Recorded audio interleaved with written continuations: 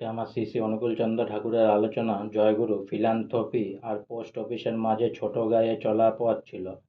এ পথটা পোস্ট অফিসের পেছনে তরুদির বাড়িতে শেষ হতো, আর পোস্ট অফিসের লাগোয়া আর একটা পথ নদীর ধার হয়ে মানে দক্ষিণ হয়ে উত্তর দিকে চলে গিয়েছিল। এ পথের ধারে হরিদাস ভদ্র, প্রবোধ বাগচি, কবিরাজ বাড়ি আরো অনেকের বাড়ি পড়ত।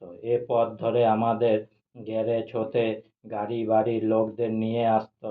টাউনে যাওয়ার দরকার হতো যখন তখন ঠাকুমা মাঝে মাঝে টাউনে যেতেন নিজের বাবার বাড়ি, সঙ্গে ভাইটিও আমাকেও নিয়ে যেতেন। ঠাকুরমার বাড়ির লোকেরা ঠাকুমা গেলেই সব পাড়ার লোকেদের নিয়ে জড়ো হতো।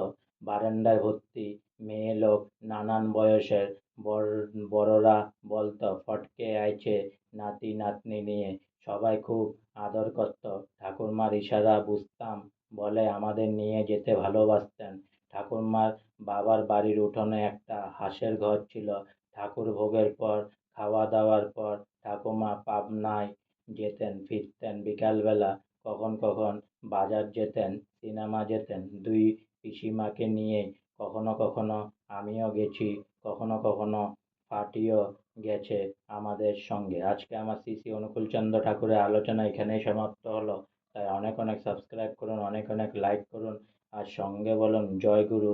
আর সবাই ভালো থাকেন, সবাই সুস্থ থাকেন, সবাই খুশহাল থাকেন, আর সবাইকে নিজের সামর্থ্য মতন হেল্প করুন। জয় গুরু।